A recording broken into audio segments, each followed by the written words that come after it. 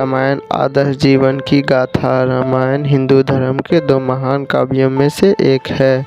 दूसरी महाभारत एवं महर्षि वाल्मीकि द्वारा रचित है और भगवान राम के जीवन की गाथा करती है, जो भगवान विष्णु के 7वें अवतार माने जाते हैं। रामायण में 7 कांड अध्याय होते हैं।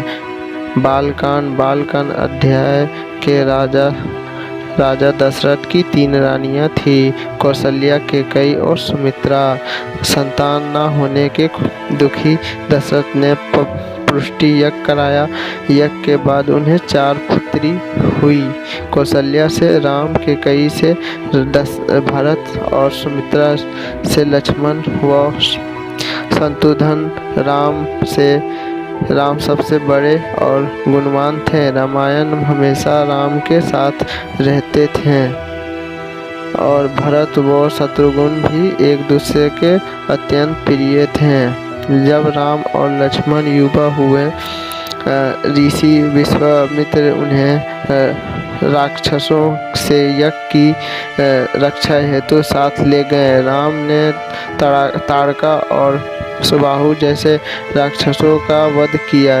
इसके बाद वे मिथिला पहुँचे, जहाँ राजा जनक ने अपनी पुत्री सीता के लिए स्वयंवर आयोजित किया था। स्वयंवर का शर्त थी कि जो शिव का विशाल धनुष उठाकर उसे बांधेगा वही सीता से विवाह करेगा। कई राजाओं ने प्रयास किया लेकिन असफल रहे। राम ने उसे सहजता से उठाकर और तोड़ दिया। इस पर जनक ने राम का विवाह सीता से कर दिया। राम के साथ उनके भाइयों का विवाह भी जनक की भतीजियों से हुआ।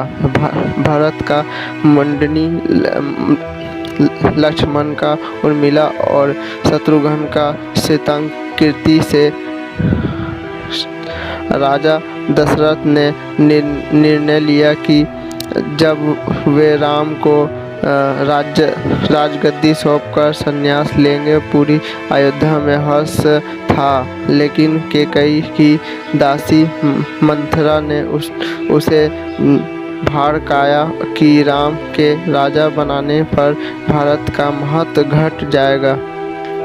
कैकेयी ने दशरथ से उनके किए 2 वचनों की याद दिलाई और मांग की राम को 14 वर्ष का वनवास दिया जाए, भरत को अयोध्या का राजा बनाया जाए। राजा दशरथ अत्यंत दुखी हुए, लेकिन वचन बुद्ध होने के कारण उन्हें यह स्वीकार करना पड़ा।